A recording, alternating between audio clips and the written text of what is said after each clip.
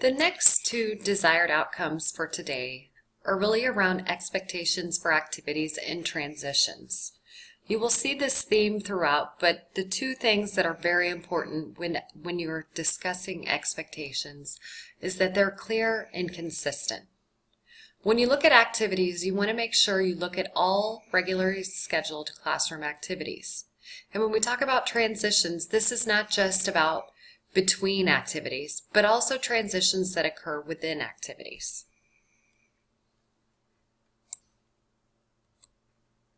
It is important to define clear and consistent behavior expectations for all of these activities. When developing these, it's important to consider the level of structure you need in your classroom. We talked a lot about structure, low, medium, and high in session 3. The more structured need, the more precise your expectations need to be. For today's learning, we will refer to the CHAMPS acronym when we develop behavioral expectation. As a classroom teacher, it is important to link your classroom expectations with school-wide expectations. This helps to reinforce school-wide expectations and allows you to be consistent. As part of the activity for today, we're going to refer to several handouts. What we're going to start with is having you make a list of all major activities that your students will engage in on a regular basis, such as the following. You can refer now to handout 4.1 called Classroom Activities List.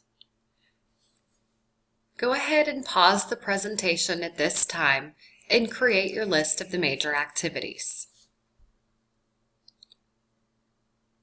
Once you've created this list, we're going to go through a series of questions with the CHAMPS acronym. Remember, you can use your own school's expectations, but for today's learning, we're going to use this one. There is a resource handout for you to use titled CHAMPS Classroom Activity Worksheet. The C in CHAMPS starts with conversation. This is really about voice level. With this question, I want you to reflect on whatever activity you've chosen. So for teacher-directed instruction, can students engage in conversation with each other during the activity? This is a great place where you could have a volume chart in your classroom. So as you go through these questions of, is their voice level allowed? How loud is it? You might want to think about a voice chart. Usually on a voice chart, there's a 0, 1, 2, 3, or 4. 0 would be an example of no talking. For example, when you take a test. 1 is a whisper. An example would be asking another student a question during independent work time. 2 would be quiet conversation voice. Only people near you can hear. An example of this might be in cooperative group work. 3 would be presentation voice, where the entire class can hear you. For example, a student at the front of the class gives a report or a lesson. And 4 would be outside voice. For example, cheering at a baseball game. I wanted to review the 0 through 4 volume chart because many teachers have found this to be helpful to refer to, especially when dealing with conversations during activities. Again, using your activity worksheet, feel free to follow along or use your own activity example. The H in CHAMPS is about help. How will students get their questions answered, and how should they get your attention? Remember, the more specific you are in your own mind about what you expect from students, the more clearly you will communicate your expectations to students. Examples might be, for this particular one of how students would ask for help, raise your hand, keep it raised and wait quietly, or put out a help sign. Whatever way you decide for students to ask for help, just make sure you're clear and consistent about it. Going through our acronym of CHAMPS, the A stands for activity. Again, looking at teacher-directed instruction as our example. What is the expected end product of this activity? And again, this may vary from day to day. It is important to be as specific as possible, including what students should do if they finish early or get stuck. You can take time now to look at your own activity. The M in CHAMPS stands for movement. Can students move around the room? And if they can, what would that look like? Can they get out of their seat during this activity? If so, what are reasonable reasons that they can? Here, it's important to be specific again. If a student can leave their seat, do they need permission? For example, any movement must be assignment related, or raise your hand before movement and wait for teacher confirmation. The P in CHAMPS stands for participation. What will participation look like? And what behaviors show that the students are participating fully and responsibly? Or what shows that the student is not participating? Here is a great opportunity to model what students should be doing. This could be a good opportunity as well to give both verbal and visual directions.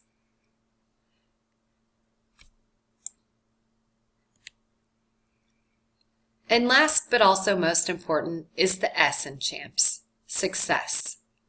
What will success look like for students after the teacher-directed instruction has occurred, since this is the activity that we are going through? Describe what success will look like. This is a great place to link back to the desired objectives of the lesson or activity.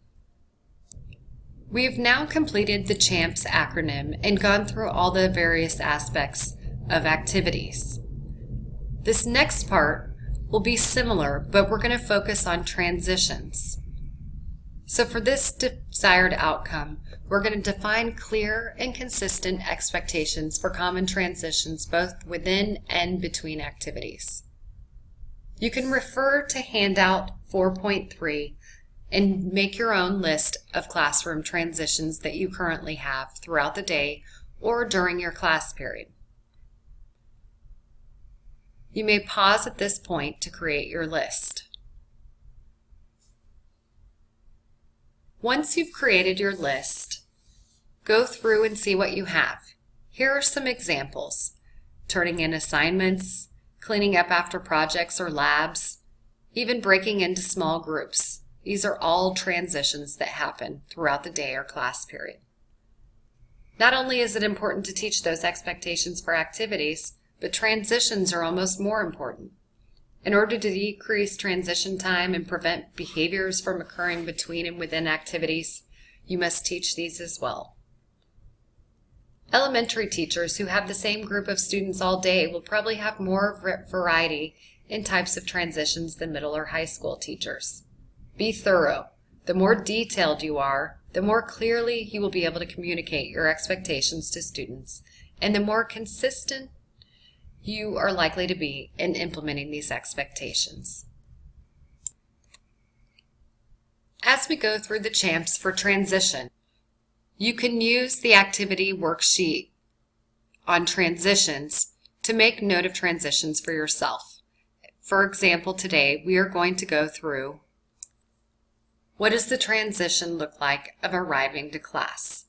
Again, thinking about our volume chart, the C, which stands for conversation in CHAMPS. Are students allowed to engage in conversations with each other during transitions? If they are, remember to clarify and be specific. Again, voice level or referring to the volume chart is a great place. You will notice some of the questions related to transitions are just slightly different than the questions previously presented with activities. For example, when you get to activity, it will need to be much more specific and detailed regarding the nature and type of transition. Also note that the more structured your classroom needs are, the more specific and tightly orchestrated you need to make your expectations for transitions. Remember that structure is based both on your students' needs as well as your own needs. H in CHAMPS stands for help. How will students get questions answered and get your attention? An example here might be raise your hand or ask a neighbor.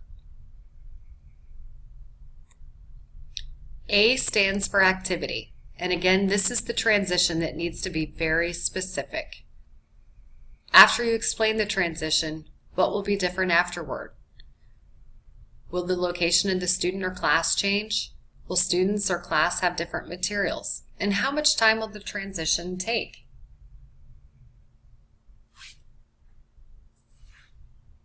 This is all contingent on how unique the nature of the transition is going to be. Practicing a transition always helps increase the teaching and reinforcing of the expectation.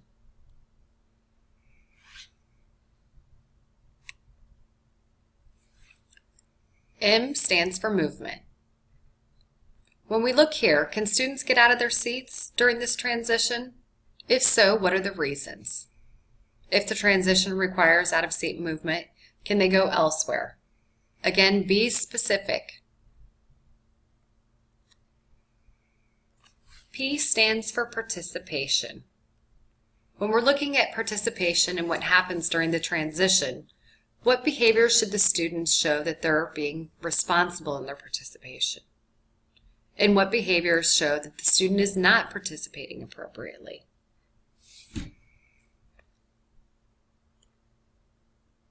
And then success. How will you know students are successful with the transition?